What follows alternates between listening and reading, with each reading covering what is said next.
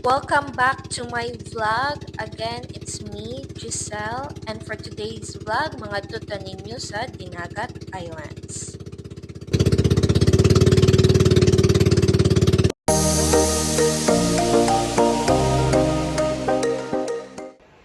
Nigikan mi sa amoa around 5:30 a.m. kay ang first departure from Surigao to San Jose is 6:15.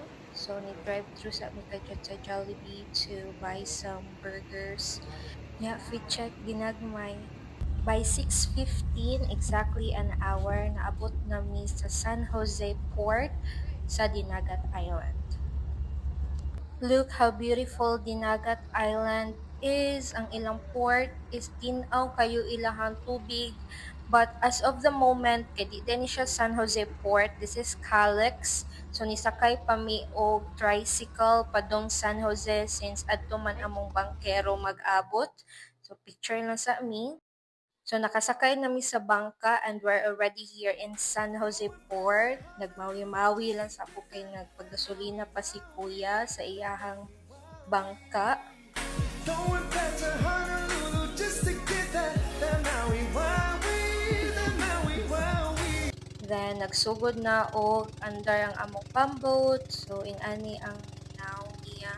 Ang nasa tubangan is my cousin EJ, my sister Sarah, and si mama Jennifer, and ako ang eldest Liana is tapad, and ako diri na sa likod kuyog ni Kuya Bangkero.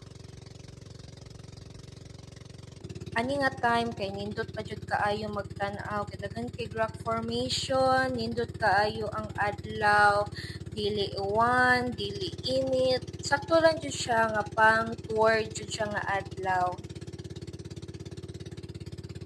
Finally, after 2 hours, naabot na jud mi sa mong first destination. Dala na ni kalagot, kasapot, kagutom, naana ni tanan kay ang amo ra jud gikaon as breakfast ganiha is burger. Then this is around 10:30 a.m. So dugay-dugay jud ang amo ang biyahe. Then in between pa jud sa among biyahe is nag-uwan siya. Taligsik raman hinuon siya, pero grabe ang taligsik. Kadaghan may nataligsikan sa among 2 hours nga biyahe. So ako ang cousin, akong ate, kay ako na ang nagdala silang bag kay naman sila dapit adto sa boat nga walay payong. Ako man ang napit sa likod. So ako ang dili kayo mataligsikan. So ako ang nagunit. So kaniro naglakaw mi para sa moang cottage. Nindot kaayo ang place, tinaw ang tubig, puti ang buhangin, then gamay ra og tao kay it is after Christmas. This day is 27th. So mao ni siya ang whole place. We are currently on our first stop. It is Blue Lagoon AO Beach Resort. Then dire na nagsugod og kasakit, kakapoy, kagutom tanan kay wala ay ni silay offer nga pagkaon. So kami ro na ginuktok mi asa mi man ni udto kay gutom na kaayo. Kahuna-huna na ko og pangayo atong naay lechon sa Cottage 3. Char. So for the meantime, namalit na lang may chichirya o biscuits. Para mahuwasan ang kakapoy, ilublog na lang sa tubig. So this is my buffet. I bought it on a TikTok shop. As you can see, tinaw jud kay ang tubig. Tuol ra mi ani sa pangpang. And I'm with my eldest daughter, Liana.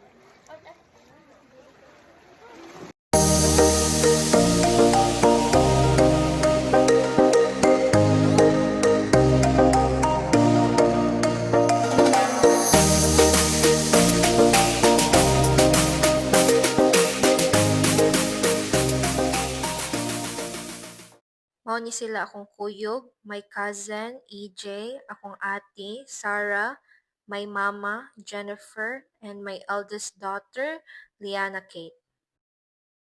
So we rented a floating cottage. It's 300 per hour. And mao ni siya ang view.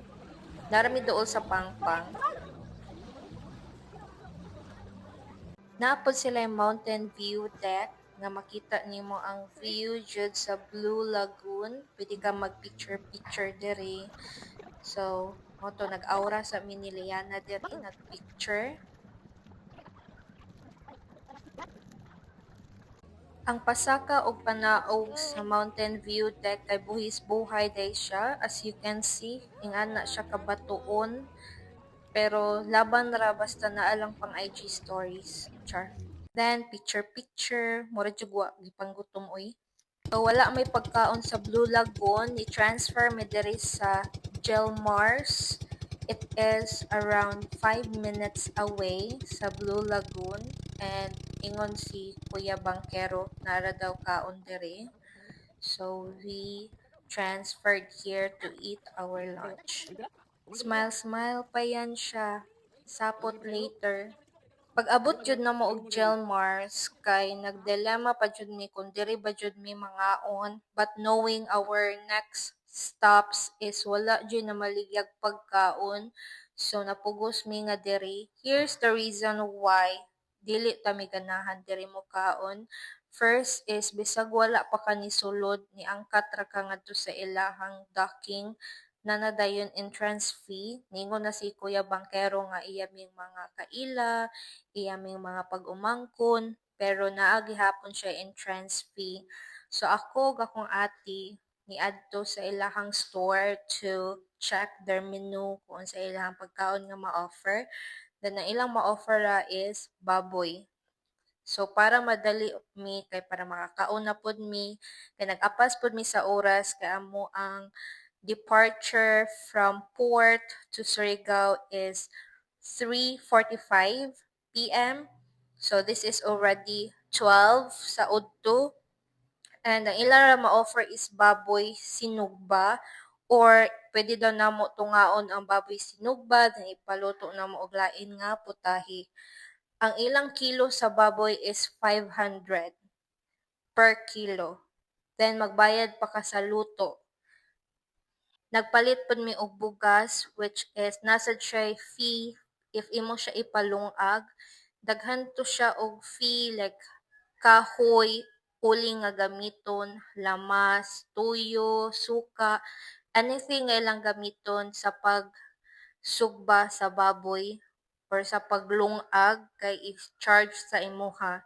So we order 1 kilo of baboy nga isugba, 1/2 rice, 1.5 Coke, then napait mig paper plates, cups. Ako ang nabayaran in total is 960 pesos for that meal. I think it is reasonable man knowing na naami sa isla and baboy is expensive jud. So it's okay to 500 ang baboy per kilo. Nasapot lang jud mi ato kay wala pa mi kaon, gutom na, murag ang emotions nimo ba kay nagsagol-sagol na nga dali na kay kasaputon kay lagi gutom naman siya. So ang among food dugay pa jud deserve siya kay frozen pa ang baboy, ila pang gibabad sa dagat para ma-defrost siya. So after 30 minutes pa siya naluto, then magsugba pa for another an hour. So more likely naligo na lang ko diri kay para di kay nako siya mahuna-hunaan kay the more nga magsigibig hisgot nga or follow up sa pagkaon kay the more nga anxiety nga basin mabilin mi sa barko or basin dugay pa mi makakaon akong mama gigutom na ani nga time. So kapila mi nagsigig follow up kung pila na lang ka minutes para makakaon na mi. Sa ako ang kasapot no o kagutom akong ate ra ang naka video jud sa view. So this is the view of Gelmars. The place is amazing pero wala jud nako siya na-appreciate kay gutom na kaayo and wala na gani ko ka video sa among gikaon kay largo na jud yarok wala na usap-usap largo yarok around 5 minutes raming nangaon lakaw dayon. Nangadto dayon mi sa mga next destination which is the Miracle Pool Cave. Since it is a cave and sacred place, wala lang sa ako ni sulod kay ang ako ang shoes nga gi-use is kadtong mga dagko nga heels nga Crocs, murag Crocs di ay. So, diri na lang ko sa gawas, naglangoy-langoy while naghuwat sa nila nga mahuman sila sa Miracle Pool Cave. This is the video that was sent by my sister inside the Miracle Pool Cave. Our next and last destination is Hagakhak Rock Transformation. As you can see, giuwan na pud mi. Pero laban ra mabasa kay basa naman mi daan. So laban ra ng gagmay nga uwan. We are now at Hagakhak Rock Formation pero wala na minanaog kay high tide na and uwan na jud kaayo. Nag-apas na sad mi sa oras cause it's already 2 p.m. and it will take us almost 2 hours again para mabalik sa port. So nag-video lang mi dira so kasi kusog jud kaayo ang uwan. Nag-picture lang mi, nag-selfie, nag-video, pero dire ra mi sulod sa bangka, wala na mi nang naog. We are now going back to San Jose Port. As you can see, kusog kaayo gihapon ang uwan. Non-stop ni siya for almost 2 hours. Nga pabalik mi sa port, nagsige siya uwan, then hangin. Luoy kayo na sa atubangan, nagkurog-kurog jud taw na akong cousin. Ako pud sa likod, nabasa man ko, but I was not direct jud sa hangin. Akong eldest luoy na kayo og naong basang sisiw na jud mi tanan. And mo ni siya naabot na mi sa port of San Jose, basa kaya mo mga bag. Wala joy na save sa mga gamit, puro siya basa. Pero okay ra kay it was a nice experience. Sa pag-abot na mo, clear pa kayong tubig nga to sa port karon wala na kay of course ni uwan man. So karon padung na mi sa Calet Port kung asa mi dapat mo sakay padung Surigao. Hi lang sa ta sa White Castle in Dinagat ni Ecleo. Hi lang dira, shout out Ecleo. We arrived late sa among departure nga 3:45 but thankfully na sila 4:30 p.m. nga departure so napa may time nga makailis kay as in tugnaw jud kaayo. Awa ko mga kauban, mga knockdown, mga mahihinang nila lang. Chares. So we finally arrived in Surigao around 6:28, almost an hour from our departure in Dinagat. So if you would ask me if I'm still going back to Dinagat Island, I would say yes. But the next time, I will be prepared. Magdala jud ko daghang pagkaon ug kanon. More to siya guys. See you to my next vlog. Bye-bye.